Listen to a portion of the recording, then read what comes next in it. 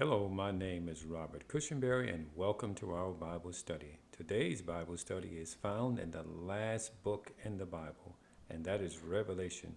We will use chapter 14 and verse 8. That's Revelation chapter 14 and verse 8.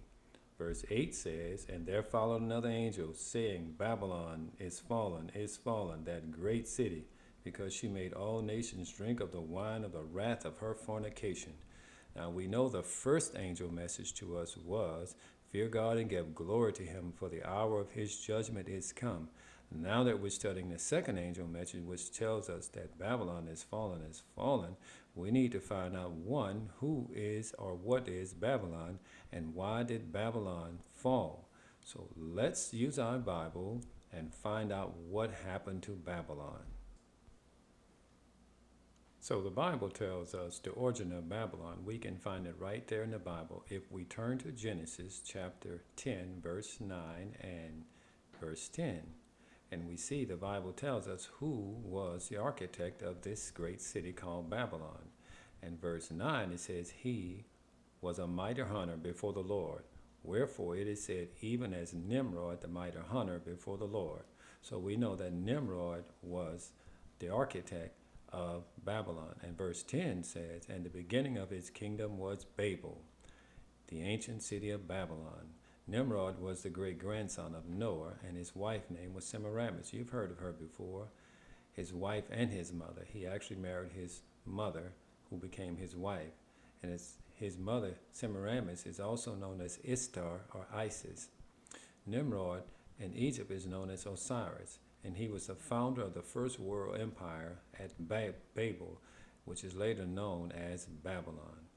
Babylon derived its name from the word Babel, which means or signifies confusion. Babylon in Scripture is used to identify the various forms of a false or apostate religions. No matter what they are, what their names are, they are false and apostate. And in Revelation 17, verses 4 through 5, we see that Babylon represented as the mother of harlot and the abomination of the earth. So we see that Babylon was first founded by Nimrod. He was a mighty hunter before the Lord, and his wife name was Semiramis, and she was also his mother. Babel was the original name, found on the Euphrates River, and Babylon is derived again from the name Babel, which means confusion. We know that in Genesis, God confounded their language because the people were building this great city instead of spreading throughout the earth as God wanted them to. So Nimrod decided that he would have them to build cities, and one of his cities was Babel, which later became Babylon, which means confusion, and we know that. And also in Revelation, we find out in chapter 17, verses 4 through 5, that Babylon is represented as the mother of harlots, abominations throughout all the earth. We will find out that Babylon is also represented in this context as a church. Which church? We need to find out. So now we know that Babylon, the word Babylon, is derived from the word Babel, which signifies confusion. Babylon in Scripture is used to identify the various forms of false or apostate religions. No matter what they are, no matter where they came from, they are false and apostate. In Revelation chapter 17, verses 4 through 5, we found out that Babylon is represented as the mother of harlots and abominations of the earth. Again, Babylon in Revelation 17, verses 4 through 5, is known or is represented as the mother of harlots and abominations in the earth. So what was the origin of the great apostasy? And how did the church depart from the simplicity of the gospel? Well, by conforming to the practices of paganism to facilitate the acceptance of Christianity by the heathens. So when Constantine in AD 321 joined the church, remember he was a sun worshiper. He worshiped the sun. And when he said he joined the Christian church, and in order to make it easy for the pagan worshipers to join the Christian church, he changed the names of the pagan gods to Christian gods and Christian saints and Christian apostles to make it easy for the heathens to join and to get along with the Christians in the church. Now, Paul tells us in 2 Thessalonians chapter 2 and verse 7, that the mystery of iniquity doeth already work. The mystery of iniquity doeth already work.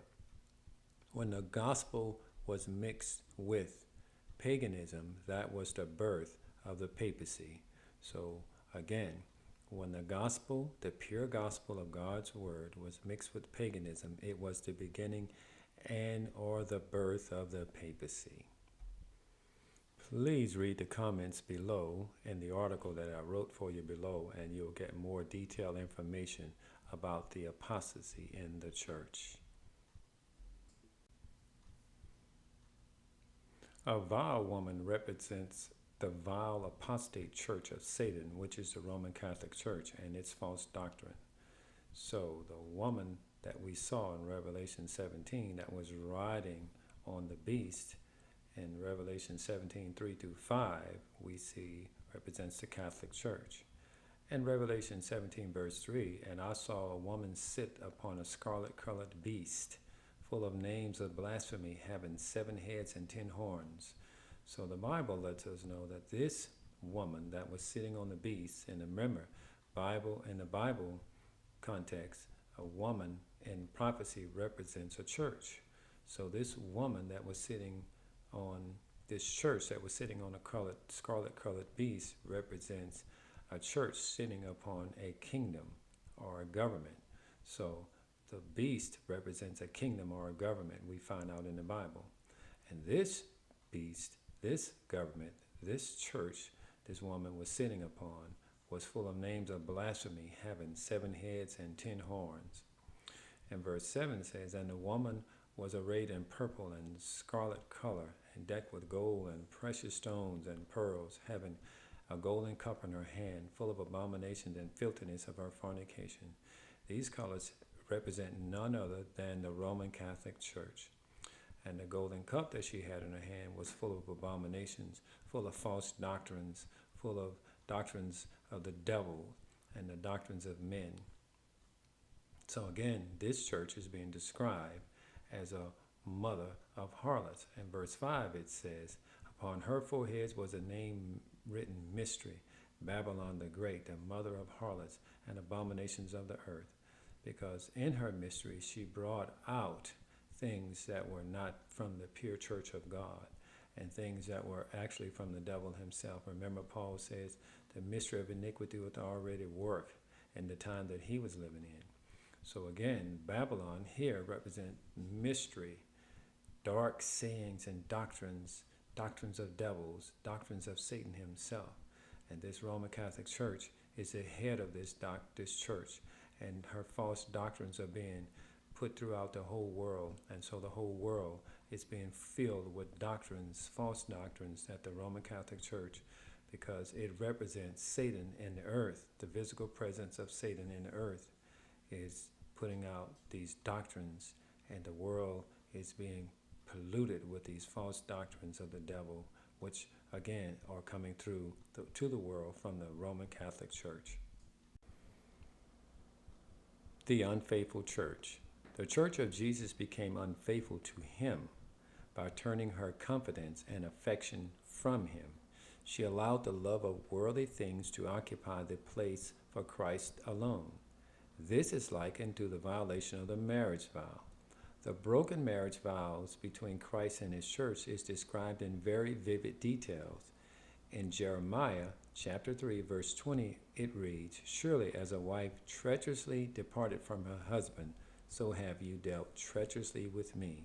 In Ezekiel chapter 16, verse 14, it reads, and thy renown went forth among the heathen for thy beauty, for it was perfect through my comeliness, which I have put upon thee, saith the Lord God. Ezekiel chapter 16, verse 15 says, playest the harlot because of thy renown, and pourest out thy fornications on every one that passeth by. His it was. Very sad. This one sounds like whomever wanted her, she would give herself to him. It was his. It's like a woman that goes out and plays a whore, having a relationship with any man that came along. But she's married and she belongs to someone else. So God likened his church as playing a treacherous woman, an unfaithful woman, and that it's sad. And that church is still on the earth today. And the name of that church is the Roman Catholic Church with its false doctrines, which are not found in the scripture.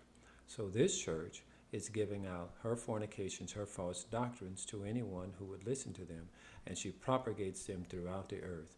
And God is distressed with what this church has done, his unfaithful church has done. But God has a faithful church now in the earth, and we will see who she is and where she is to this very day. In chapter 12 of Revelation, verse 1, John describes a woman clothed with the sun. This picture that John gives represents Christ's church.